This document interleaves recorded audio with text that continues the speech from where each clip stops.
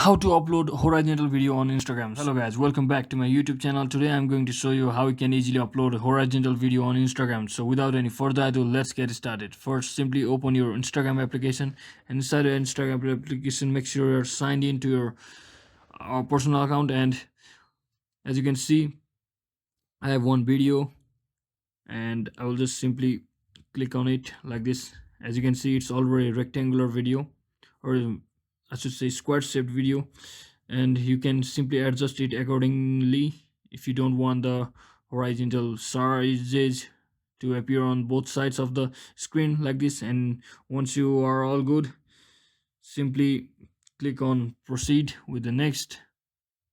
You can also edit or trim video like this, and you can simply select your cover like this. And once you click on done, you can simply post the video, and it will be on the and it will be uploaded as a horizontal video, as you can see on the preview as well. So that is it guys, that is it for today. Don't forget to like and subscribe to the channel. See you in the next one.